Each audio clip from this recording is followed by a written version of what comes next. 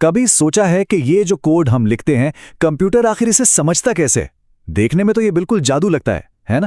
لیکن اصل میں اس جادو کے پیچھے کچھ بہت ہی ذہین پروگرامز کام کر رہے ہوتے ہیں۔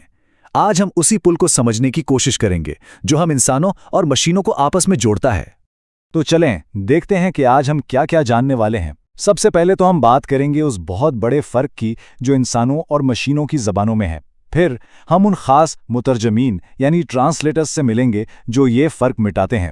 اس کے بعد کمپائلر اور انٹرپریٹر کے درمیان جو ایک دلچسپ مقابلہ ہے اسے سمجھیں گے۔ پھر ہم بالکل بنیادی سطح پر جائیں گے اسمبلرز کی دنیا میں، اور آخر میں یہ دیکھیں گے کہ کسی بھی کام کے لیے صحیح ٹول چننا اتنا ضروری کیوں ہے۔ ہر بڑی ٹیکنالوجی کی کہانی ایک مسئلے سے ہی شروع ہوتی ہے، اور یہاں مسئلہ ہے کمیونیکیشن کا، ایک بہت ہی بنیادی مسئلہ۔ دیکھیں، ہم انسان تو اپنے خیالات کو الفاظ میں، منطق میں بیان کرتے ہیں، لیکن کمپیوٹرز وہ تو بس بجلی کے آنے یا جانے کو یعنی آن یا آف کو سمجھتے ہیں۔ یہ دو بالکل ہی الگ دنیایں ہیں۔ تو سوال یہ پیدا ہوتا ہے کہ آخر یہ ہوتا کیسے ہے؟ وہ کوڈ جو اسکرین پر صرف الفاظ کی طرح نظر آتا ہے، وہ اچانک ایک ایکشن، ایک گیم یا ایک پوری ویب سائٹ میں کیسے بدل جاتا ہے؟ اچھا، اس کو یوں سمجھ لیتے ہیں۔ ایک طرف ہیں پروگرامرز جو پائتھن یا جاوا جیسی زبانوں میں بڑے آرام سے کوڈ لکھتے ہیں۔ انہیں ہائی لیول زبانیں کہتے ہیں کیونکہ یہ ہم انسانوں کی زبان سے کافی ملتی جلتی ہیں۔ اور دوسری طرف ہے کمپیوٹر کا پروسیسر جو بیچارہ صرف ایک ہی زبان سمجھتا ہے، 1 اور 0 کی، یعنی مشین کوڈ کی۔ اصل میں یہ تو بجلی کے سگنلز کی زبان ہے۔ اب ان دونوں کے بیچ میں ایک بہت بہت بڑا فاصلہ ہے۔ تو سوال یہ ہے کہ اس فاصلے کو ختم کون کرتا ہے؟ یہیں پر انٹری ہوتی ہے ہماری اس کہانی کے ہیروز کی، یعنی ٹرانسلیٹرز کی۔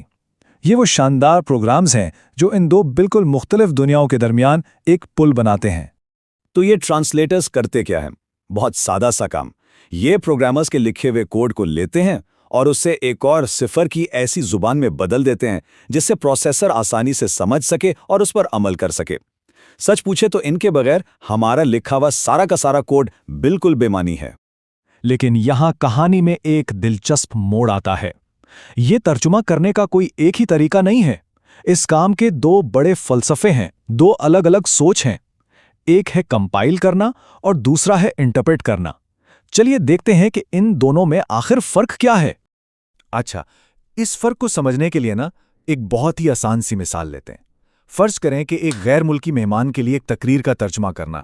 پہلا طریقہ، جسے ہم کمپائلر کا طریقہ کہہ سکتے ہیں، وہ یہ ہے کہ مترجم پوری کی پوری تقریر کا ترجمہ پہلے سے ہی کر لیتا ہے اور اسے ایک مکمل کتابچے کی شکل میں مہمان کو دے دیتا ہے۔ اب جب تقریر کا وقت آتا ہے تو مہمان کے پاس سب کچھ پہلے سے ہی ترجمہ شدہ موجود ہے اور وہ اسے فوراً پڑھ سکتا ہے۔ اب آتے ہیں دوسرے طریقے پر، یعنی انٹرپریٹر والے طریقے پر۔ یہاں مترجم اسپیکر کے بالکل ساتھ کھڑا ہوتا ہے۔ جیسے ہی اسپیکر ایک لائن بولتا ہے، مترجم فوراً اسی وقت اس کا ترجمہ کر دیتا ہے۔ یہ سارا کام ریئل ٹائم میں لائن بائی لائن چلتا ہے۔ اب اسی مثال کو ٹیکنالوجی کی دنیا میں واپس لاتے ہیں۔ کمپائلر بالکل اسی طرح کام کرتا ہے جیسے پوری کتاب ایک ساتھ ترجمہ ہو گئی ہو۔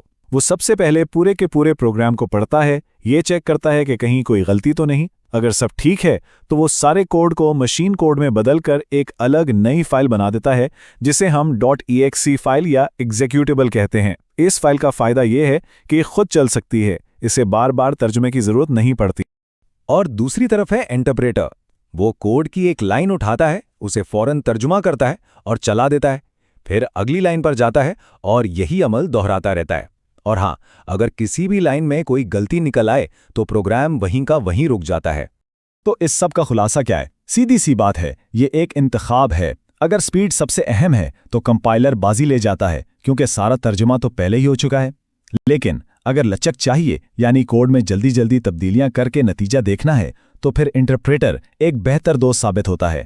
تو یہ ہمیشہ رفتار و مقابلہ لچک کا معاملہ ہوتا ہے۔ ابھی تک تو ہم نے ہائی لیول زبانوں کی بات کی، لیکن کیا ہو اگر ہمیں اور گہرائی میں جانا ہو، بالکل ہارڈ ویئر کے قریب؟ چلیں اب ترجمے کی سب سے بنیادی، سب سے نچلی سطح پر چلتے ہیں اور اسمبلرز کو سمجھتے ہیں۔ دیکھیے، اسمبلر ایک بہت ہی خاص قسم کا ٹرانسلیٹر ہے۔ یہ اسمبلی زبان نامی ایک زبان کو مشین کوڈ میں بدلتا ہے۔ اب اسمبلی زبان مشین کوڈ کے اتنی زیادہ قریب ہوتی ہے کہ اسے ترجمہ کہنا بھی ٹھیک نہیں۔ یہ بالکل ایسا ہے جیسے آپ کے پاس ایک کوڈ بک ہو اور آپ ایک طرف سے ایک علامت دیکھ کر دوسری طرف اس کا بائنری کوڈ لکھ رہے ہوں۔ ہر کمانڈ کا مشین کوڈ میں تقریباً 1 سے 1 کا تعلق ہوتا ہے۔